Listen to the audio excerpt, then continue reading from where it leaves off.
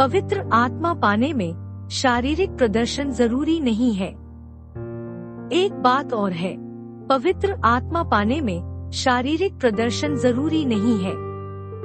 जब मैं पवित्र आत्मा पाने के लिए लोगों पर हाथ रखता हूँ, तब शारीरिक प्रदर्शन या क्रियाओं के विषय में मुझे कोई परेशानी नहीं होती। महत्वपूर्ण है आत्मिक क्रिया, अर्थात बाइबल आधारित क्रिया।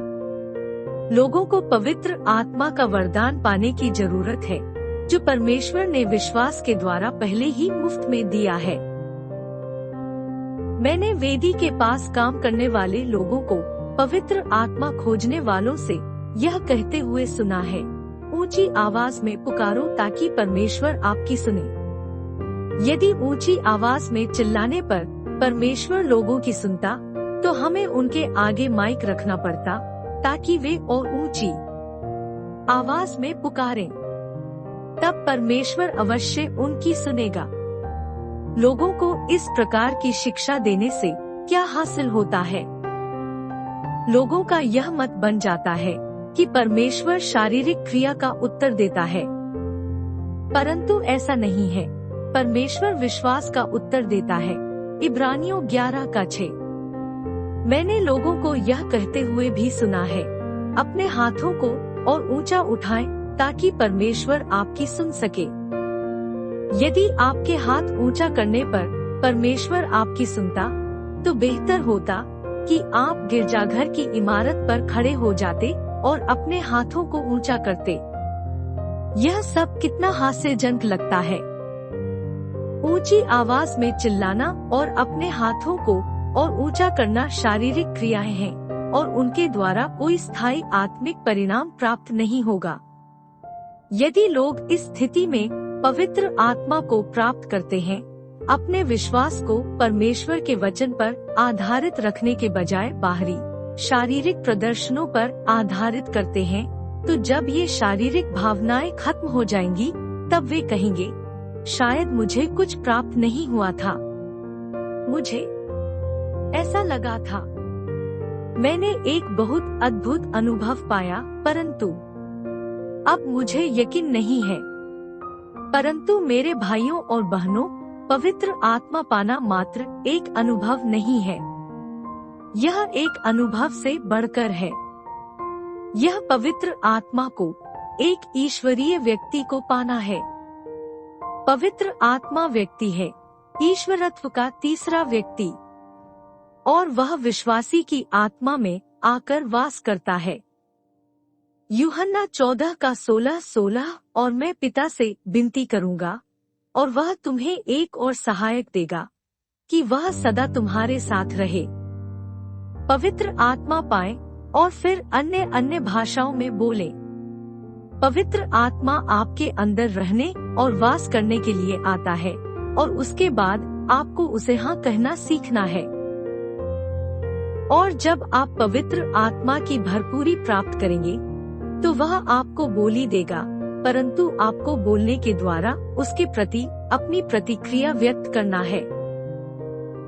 कई लोग यहाँ चुप जाते हैं क्योंकि वे भौतिक प्रमाणों पर अपने विश्वास को आधारित करते हैं।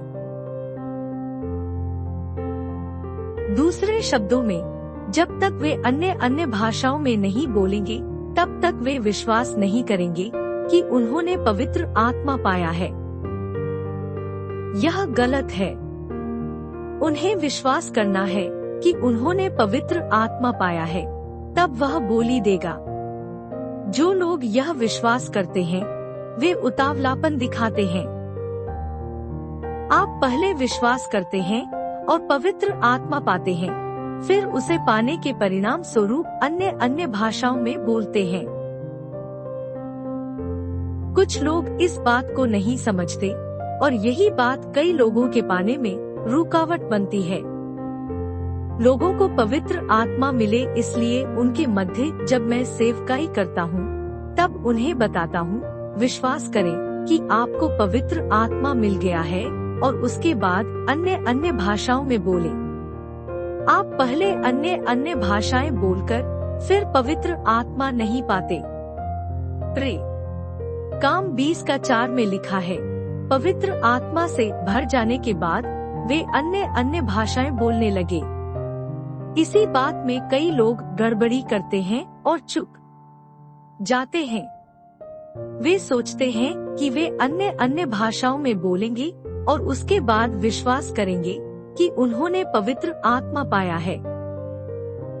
परंतु पहले आपको विश्वास करना है, पहले आप उसे पाते हैं।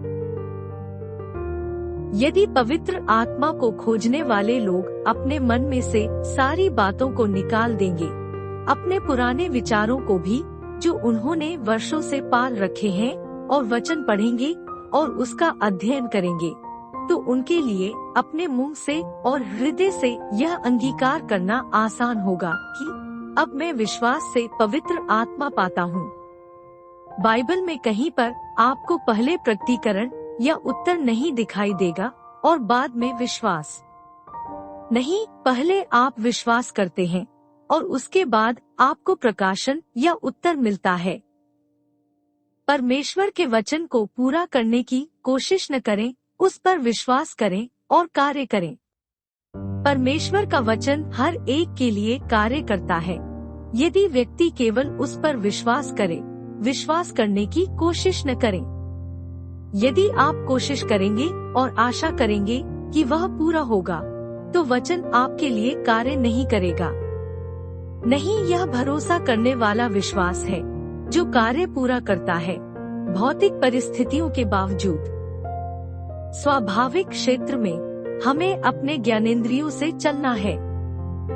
उदाहरण के लिए, यदि आप सड़क पार कर रहे हैं और आपकी आंखें आपको बताती हैं कि कारें आ रही हैं, तो आपके पास बुद्धि होनी चाहिए कि आप सड़क पार करने से पहले रुक जाएं और कार को जाने दें। स्वाभाविक क्षेत्र में आपको स्वाभाविक विश्वास के अनुसार चलना है। आपकी आंखों पर विश्वास, आपके गंध पर विश्वास या आपकी संवेदनाओं पर विश्वास। ऐसे कई क्षेत्र हैं जिसमें हमें अपने भौतिक इंद्रियों में विश्वास करके चलना है। परंतु कई लोग अपने भौतिक इंद्रियों से या स्वाभाविक मानव विश्वास से परमेश्वर पर विश्वास करने का प्रयास कर रहे हैं। और यदि उनके भौतिक इंद्रियां उनसे कहते हैं कि उनकी प्रार्थनाएं नहीं सुनी गई हैं, तब वे अपने भौतिक इंद्रियों पर विश्वास करते हैं, परमेश्वर के वचन पर नहीं। परंतु आपके भौतिक इंद्रियों का बाइबल से क्या संबंध है? आपको पसंद हो या न हो, वह परमेश्वर का वचन है। आपकी भावनाओं से परे परमेश्वर का वचन हर समय सच है। परिस्थितियां जो भी हों, परमेश्वर का वचन हर समय सच है। इससे सरल भाषा में मैं विश्वास के विषय में नहीं सिखा सकता। यह बहुत ही सरल है। आपके भौतिक इंद्रियां आपसे जो कहते हैं, उन पर विश्वास करने के बजाय परमेश्वर का वचन जो कहता है, उस पर विश्वास करें।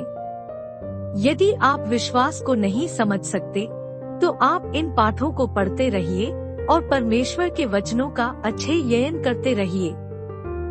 जब आप ऐसा करेंगे, तब अंततः आपकी बुद्धि परमेश्वर के वचन से नई बन जाएगी और आप पर प्रकाश उदय होगा।